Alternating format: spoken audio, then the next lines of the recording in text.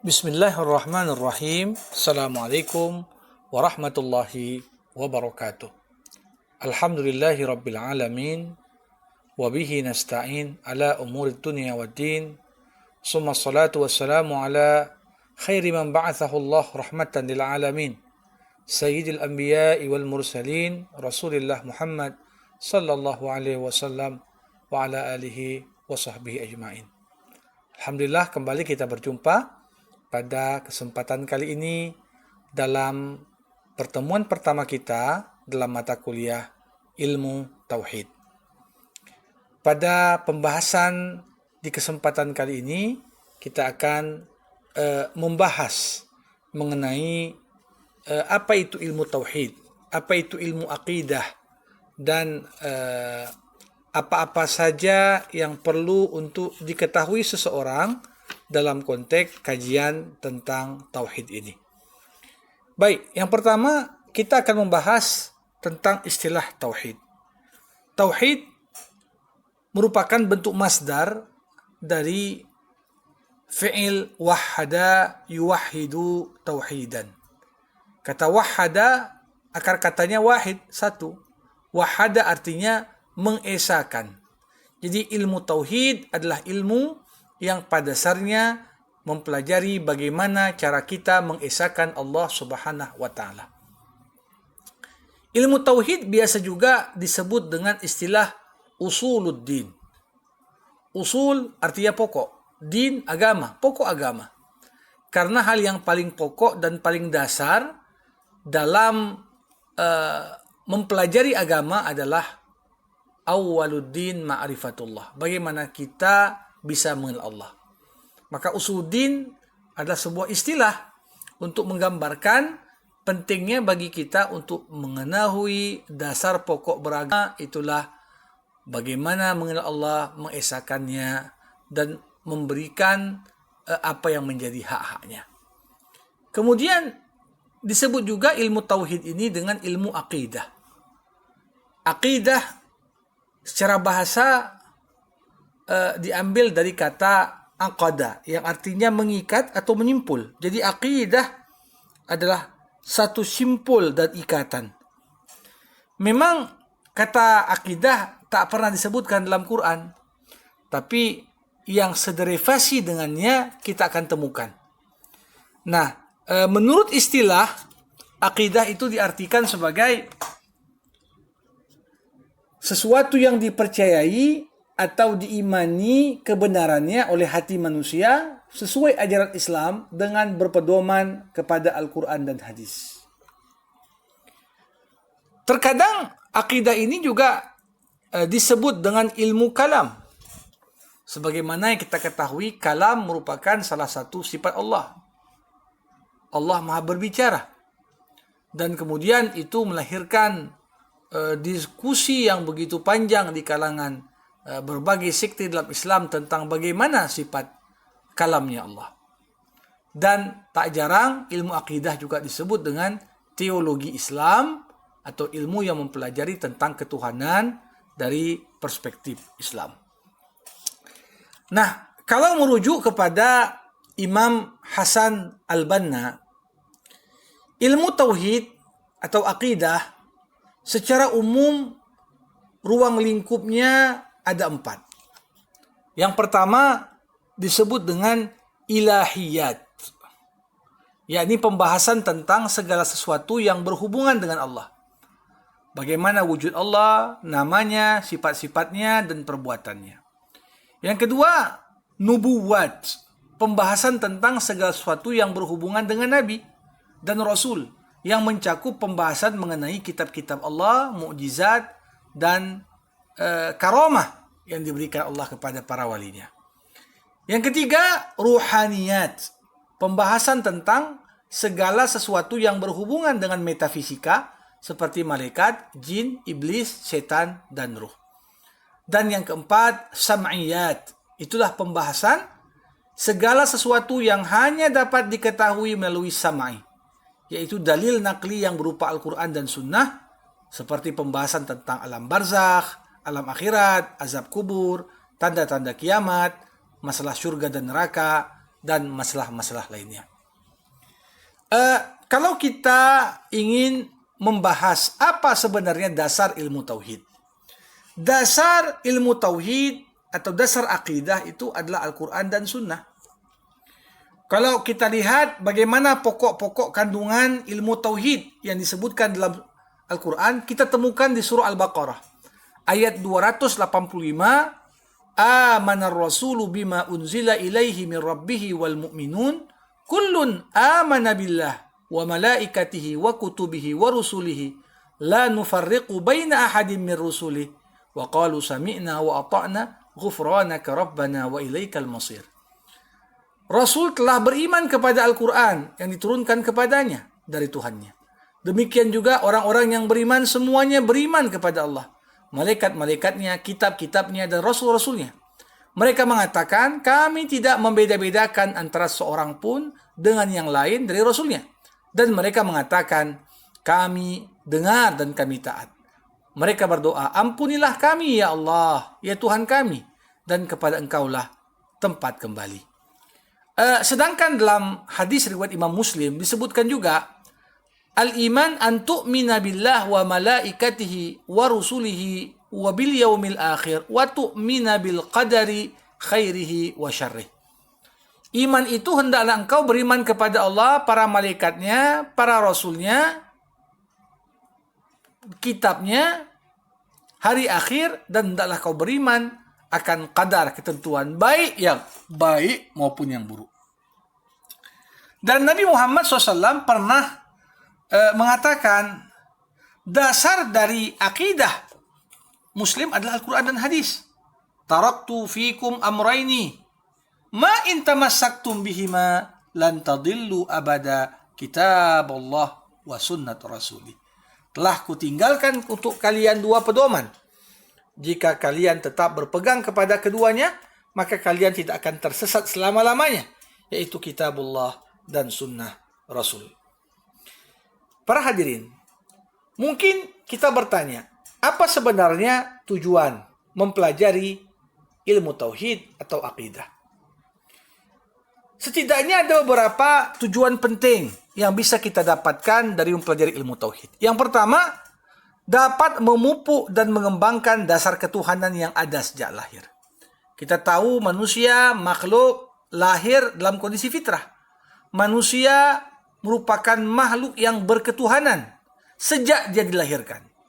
Bahkan di saat manusia masih di dalam ruh, Allah mengingatkan di surah Al-A'raf, sudah ada perjanjian primordial antara manusia dengan Allah. Wa idh akhadha rabbuka min bani Adam min zuhurihim dzurriyyatahum wa ashhadahum ala anfusihim alastu bi rabbikum qalu bala syahidna an taqulu yawmal qiyamah inna kunna an hadza ghafilin aw taqulu inna ma asyraka abauna min qablu wa kunna dzurriyyatan min ba'dihim afatuhlikuna bima fa'alal mubtilun. Dan ingatlah ketika Tuhanmu mengeluarkan keturunan Adam dari sulbi mereka, dan Allah mengambil kesaksian terhadap ruh mereka, ya seraya berfirman, bukankah aku ini Tuhanmu? Mereka semua menjawab, betul ya Allah, Engkau Tuhan kami menjadi saksi. Kami lakukan yang demikian itu agar di hari kiamat nanti kau tak mengatakan, sesungguhnya kami, anak-anak Adam adalah orang-orang yang lengah terhadap ini, keesaan Allah. Atau agar kamu tidak mengatakan, sungguhnya orang-orang tua kami telah mempersekutukan Tuhan sejak dulu, sedang kami adalah anak-anak keturunan yang datang sudah mereka. Maka apakah engkau manusia, Allah akan membinasakan kami karena perbuatan orang-orang sesat dahulu. Yang kedua, kita perlu bertauhid untuk memelihara diri kita dari kemusyrikan. Jadi, untuk mencegah manusia dari kemusyrikan perlu ada tuntunan yang jelas. Ya. Bagaimana kepercayaan kita kepada Allah Subhanahu wa taala, Tuhan yang Maha Esa? Kemungkinan manusia terperosok ke dalam kemusyrikan selalu terbuka, baik syirik yang jali terang-terangan seperti perbuatan maupun syirik khafi yang tersembunyi, syirik di dalam hati. Begitu juga ilmu tauhid penting dipelajari untuk menghindarkan kita dari pengaruh akal pikiran yang menyesatkan. Manusia diberi kelebihan dari Allah berupa akal pikiran, pendapat atau paham-paham yang semata-mata didasarkan atas akal manusia kadang-kadang justru bisa menyesatkan kita. Oleh karena itu, akal pikiran perlu dibimbing oleh ilmu tauhid agar manusia terbebas dan terhindar dari kehidupan yang sesat. Para hadirin, mungkin kita bertanya, bagaimana prinsip-prinsip dalam mempelajari akidah Islam? Yang pertama, prinsip yang sangat penting, akidah Islam adalah sesuatu yang diwahyukan.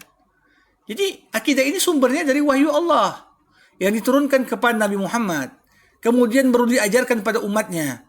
Jadi, akidah Islam itu terkandung dalam Al-Quran yang terpelihara kemurniannya dengan baik.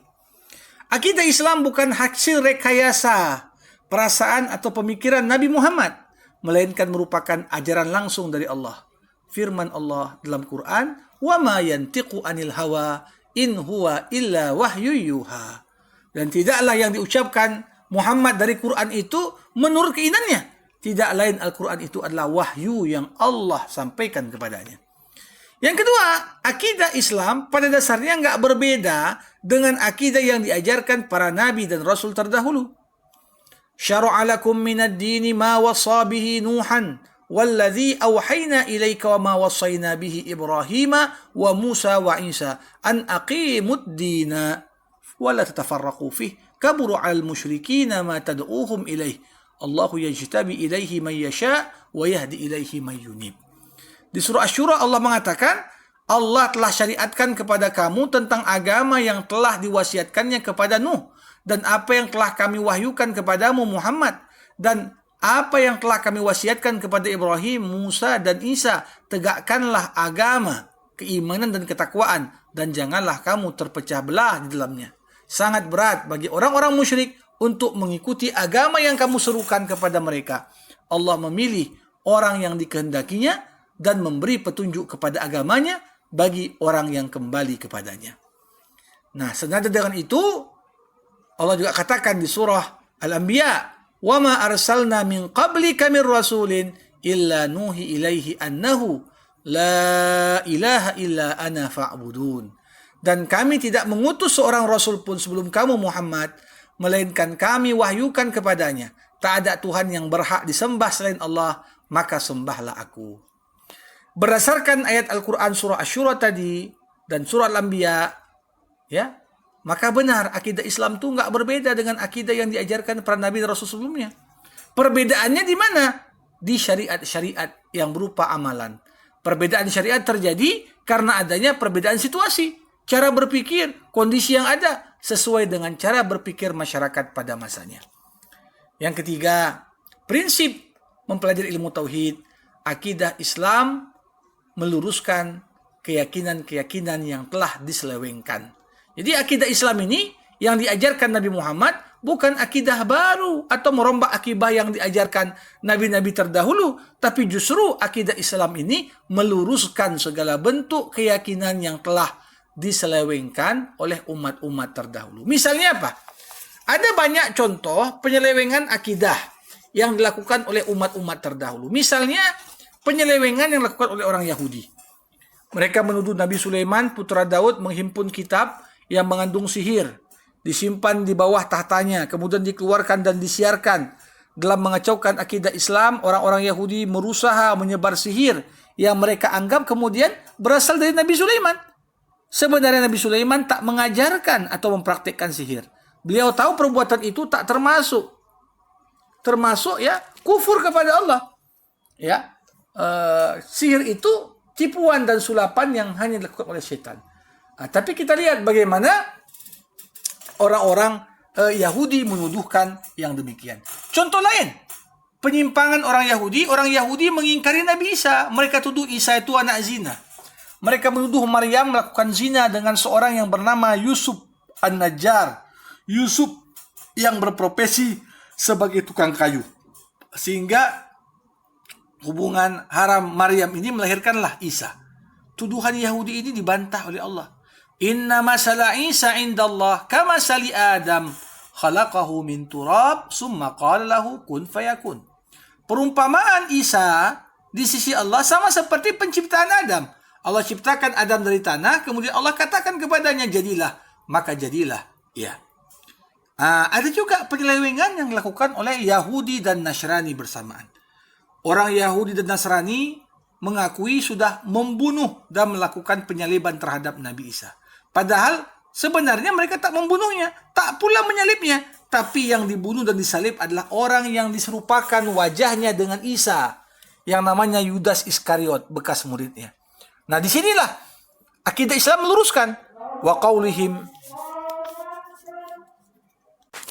inna qatalna al-masiha Isa bin Maryam Rasulullah wa ma qataluhu wa ma salabuhu walakin syubbiha lahum wa innal ladzina ikhtalafu fihi lafi syakkin minhu ma lahum bihi min ilmin illa ittiba'a dhanni wa ma qataluhu yaqina. Dan kami juga hukum karena ucapan mereka, sesungguhnya kami telah membunuh Al-Masih Isa putra Maryam Rasulullah. Padahal mereka tidak membunuhnya, tak pula menyalibnya, tapi yang mereka bunuh adalah orang yang diserupakan dengan Isa. Sesungguhnya mereka yang berselisih pendapat tentang pembunuhan Isa selalu dalam keraguan-raguan tentang yang dibunuh itu.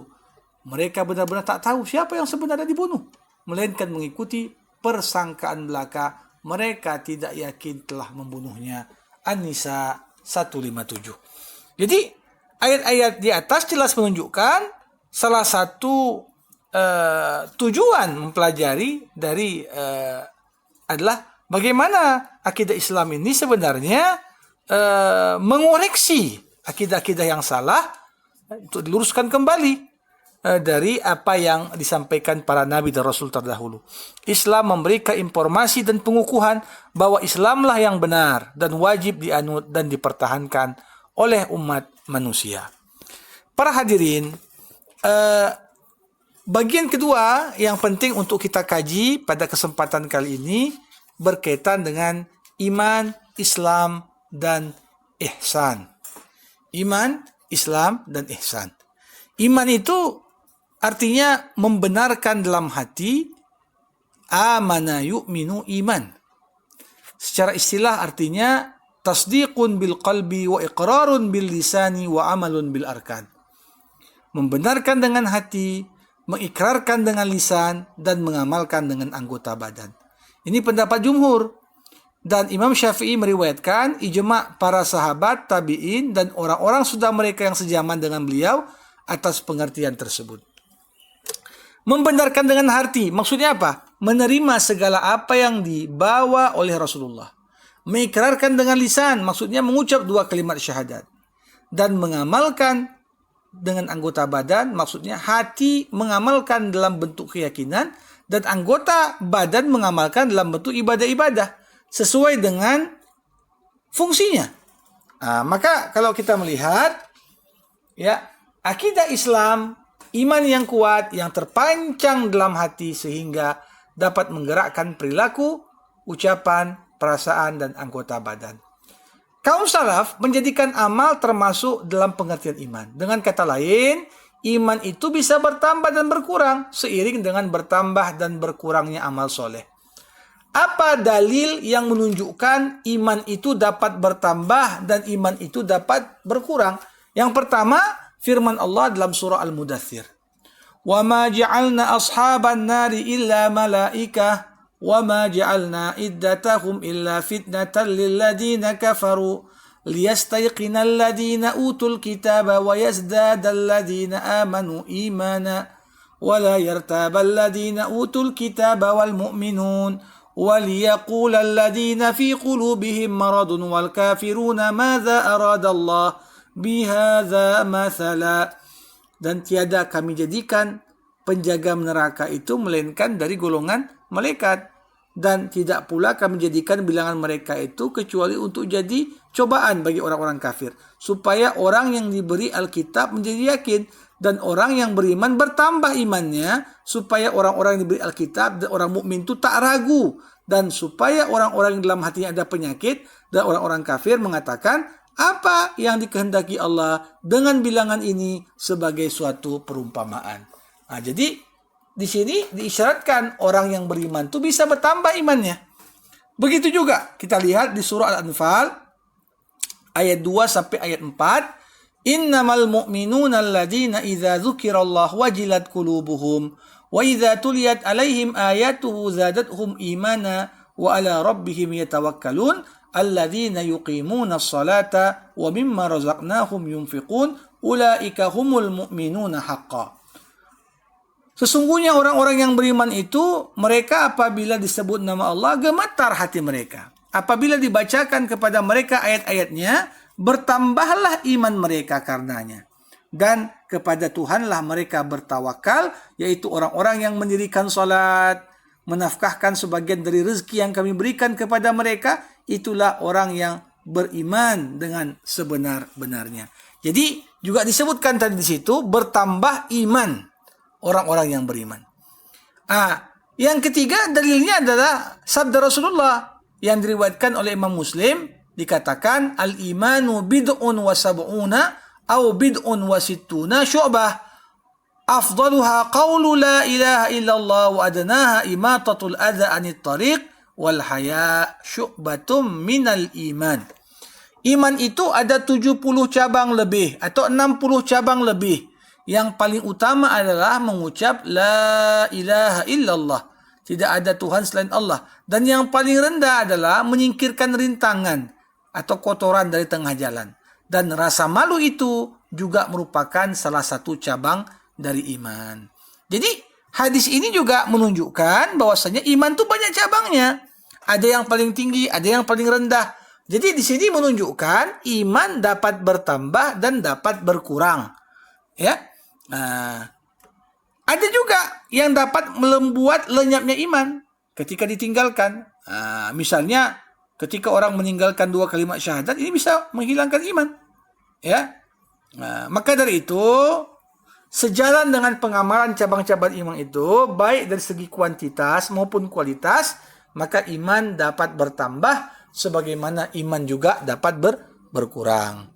Maka dari itu Nabi juga bersabda dalam riwayat Muslim, man ra'a minkum munkaran falyughayyirhu biyadihi fa in lam yastati fa bilisanihi fa in lam yastati fa biqalbihi wa dzalika adhaful iman. Siapa yang melihat kemungkaran, ubah dengan tangannya, dengan kekuasaannya. Jika tak mampu, maka ubah dengan lisannya. Jika tak mampu, maka ubah dengan hatinya. Itulah selemah-lemahnya iman. Jadi ada iman yang lemah, ada iman yang kuat. Jadi di sini juga diisyaratkan kepada kita mengenai kaidah iman dapat bertambah sebagaimana iman itu juga dapat berkurang. Yang kedua ini berkaitan dengan Islam. Islam itu diambil dari akar kata aslama yuslimu islaman. Artinya patuh, tunduk, berserah diri, selamat. Nah, Nabi Muhammad menamakan beberapa perkara dengan sebutan Islam. Taslimul qalbi, berserahnya hati. Salamatu min lisan wal yad, tak menyakiti orang. Memberi makan, ucapan yang baik. Ini Nabi menamakannya sebagai Islam. Jadi Islam itu secara istilah agama yang mengajarkan agar manusia berserah diri dan tunduk sepenuhnya kepada Allah. Dalam hadis riwayat Imam Bukhari dikatakan al-Islam an ta'budallah wa la tusyrik bihi syai'a wa tuqimas shalah wa tu'tiyaz zakah wa tasuma Ramadan wa tahujjal bait man istata'a ilaihi sabila. Islam itu kau menyembah Allah, menghambakan diri hanya kepada Allah. Ya, tidak kau persekutukan Allah dengan sesuatu yang lain. Engkau dirikan salat, engkau tunaikan zakat yang difardukan, engkau puasa Ramadan, dan engkau tunaikan haji jika engkau sanggup dan mampu untuk pergi ke Baitullah. Jadi, hukum Islam terwujud dengan ketentuan ini. Ini semua adalah syiar-syiar Islam yang paling tampak. Ya, seorang yang melaksanakannya berarti sempurna penghambaannya. Jika dia tinggalkan, berarti dia tak tunduk dan berserah diri kepada Allah. Nah, kita lihat bagaimana di surah Al-An'am ayat 162 Allah katakan, Kul inna solati wa nusuki wa mahyaya wa mamati lillahi rabbil alamin. Jadi, bagi seorang yang betul-betul muslim, hidup matinya semata-mata karena mencari keridhaan Allah, bukan yang lain. Nah, setelah cerita tentang iman, tentang Islam, maka yang ketiga, pondasi agama adalah ihsan. Ihsan itu artinya berbuat baik. Diambil dari akar kata ahsana yuhsinu ihsanan. Namun, ihsan menurut istilah berbakti dan mengabdikan diri kepada Allah dengan dilandasi kesadaran dan keikhlasan. Jadi berbakti kepada Allah itu artinya berbuat sesuatu yang bermanfaat untuk diri sendiri kah, atau untuk sama manusia kah, atau untuk makhluk lain. Semua perbuatan itu dilakukan semata-mata karena Allah. Seolah-olah yang melakukan perbuatan itu sedang berhadapan dengan Allah. Inilah esensi dari apa yang dikatakan Nabi dalam hadis Jibril yang diriwayatkan Imam Bukhari. Al-ihsan an ta'budallah ka'annaka tarah fa in lam takun tarah fa innahu yarak. Ihsan itu engkau menyembah Allah seakan-akan kau lihat Allah. Tapi jika engkau tak dapat melihat Allah, maka yakinlah sesungguhnya Allah melihatmu. Jadi kalau kita berbicara tentang ihsan ini secara lebih dalam, maka sebenarnya ihsan itu ada 4 macam. Ihsan kepada Allah, menjalankan segala perintahnya, menjauhkan segala larangannya. Ihsan pada diri sendiri, mengerjakan sesuatu yang mendatangkan kebaikan untuk diri sendiri, menghindarkan segala perbuatan yang mendatangkan mudarat untuk diri sendiri.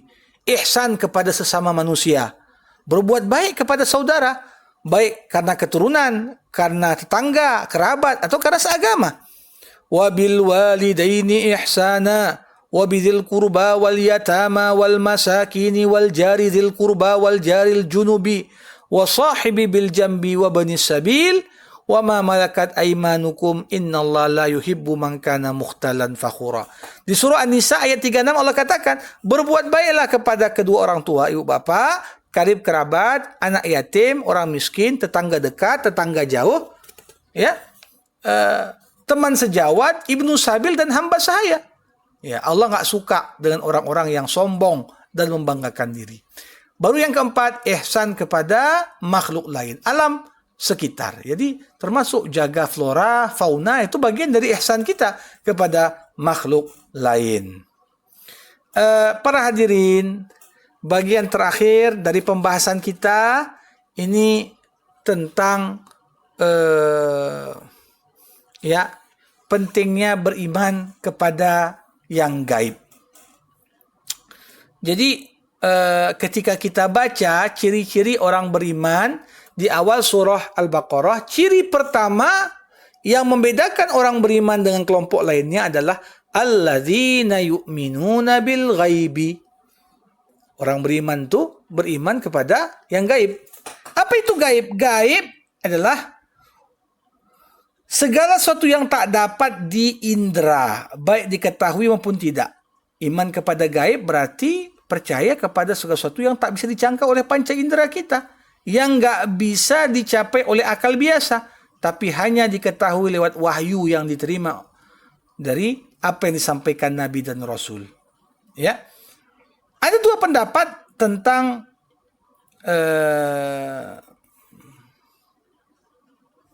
maksud dari alladzina yu'minuna bil ghaib di surah Al-Baqarah.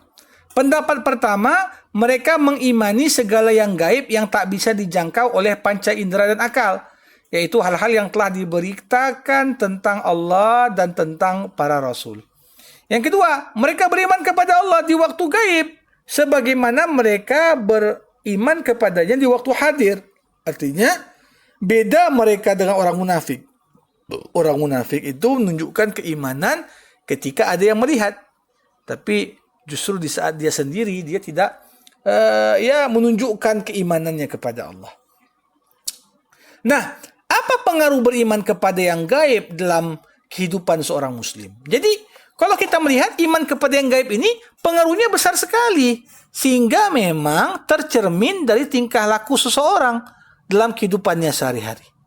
Yang pertama, dengan seseorang itu beriman kepada yang gaib, dia akan ikhlas beramal untuk memperoleh pahala, menghindarkan diri dari siksa di akhirat. Bukan menginginkan balasan dan pujian manusia saja. وَيُطْعِمُونَ الطَّعَامَ عَلَى حُبِّهِ مِسْكِينًا وَيَتِيمًا وَأَسِيرًا إِنَّمَا نُطْعِمُكُمْ لِوَجْهِ اللَّهِ لَا نُرِيدُ مِنكُمْ جَزَاءً وَلَا شُكُورًا. Di surah Al-Insan Allah katakan, dan mereka memberikan makanan yang disukai kepada orang miskin, anak yatim, orang-orang yang tawan. Sungguhnya kami memberi makan kepadamu hanya mengharap ridho Allah. Kami tak menghendaki balasan dari kamu dan tidak pula ucapan terima kasih. Iman kepada yang gaib juga membuat kita senantiasa kuat, tegas, dan tegar dalam memperjuangkan kebenaran. Apa yang dijanjikan Allah untuk orang beriman itu, kita teguh dalam menjalankan segala perintahnya, menjelaskan yang hak, mengajak kepada yang hak, menjelaskan yang batil, dan memeranginya. Jika tidak ada yang membantu, maka dia tetap kuat, karena Allah ada bersamanya. Ya, bagaimana Ibrahim sendirian menghadapi kaum yang kafir? Dia katakan, وَتَاللَّهِ لَأَكِيدَنَّ أَصْنَامَكُمْ بَعْدَ أَنْ تُوَلُّوا مُدْبِرِينَ فَجَعَلَهُمْ جُذَاذًا إِلَّا كَبِيرًا لَهُمْ لَعَلَّهُمْ ilaihi yarji'un. Demi Allah, kata Ibrahim, sungguhnya aku akan melakukan tipu daya terhadap berhala-berhala kamu sesudah kamu pergi meninggalkannya. Ibrahim pun buat berhala itu hancur semua, kecuali yang paling besar dari patung-patung yang ada, agar ketika mereka kembali untuk bertanya kepadanya, Ibrahim akan menyalahkan si patung yang paling besar itu. Nah, begitu juga Fir'aun dengan ahli sihir yang membackup-nya. Tapi lihat, Musa nggak ada sedikit pun gentar menghadapi jumlah yang banyak dari tukang sihir. Qalu inna ila rabbina munqalibun wa ma tanqimu minna illa an amanna bi ayati rabbina lamma ja'atna rabbana afrigh alaina sabra wa tawaffana muslimin. Ketika Musa menunjukkan mana mukjizat dan kebenaran, akhirnya para tukang sihir itu sadar, ya, dan kembali kepada kebenaran. Mereka pun tak gentar dengan ancaman-ancaman hukuman yang mengerikan yang disampaikan oleh Fir'aun dan tenteranya. Nah, begitu juga kalau orang sudah beriman kepada yang gaib, dia akan menganggap remeh bentuk-bentuk penampilan duniawi, ya. Ini tanda makmurnya hati dengan keimanan, ya. Karena dia sadar nikmat dunia ini kan fana. Nikmat akhirat itu yang abadi dan kekal. Ya, wa ma hadhil hayatud dunya illa lahwu wa la'ib wa inna ad-daral akhirata lahiyal hayawan law kanu ya'lamun. Di surah Al-Ankabut Allah katakan, dan tiadalah kehidupan dunia ini hanya senda gurau, main-main, dan sesungguhnya akhirat itulah yang sebenarnya kehidupan kalau mereka tahu. Nah, untuk itu di sini kalau kita lihat bagaimana istri Fir'aun tak gentar dia bantah suaminya karena dia senantiasa berdoa di malam hari, Rabbi ibni li indaka baitan fil jannah wa najini min fir'auna wa amalihi. Walaupun di dunia hidup dengan berbagai fasilitas nomor satu, tapi itu tak menyilaukannya dari beriman kepada Allah dan tunduk hanya kepadanya. Kenapa? Karena iman kepada yang gaib itu yang membuat Asia memandang hina segala kenikmatan dunia yang tidak abadi itu.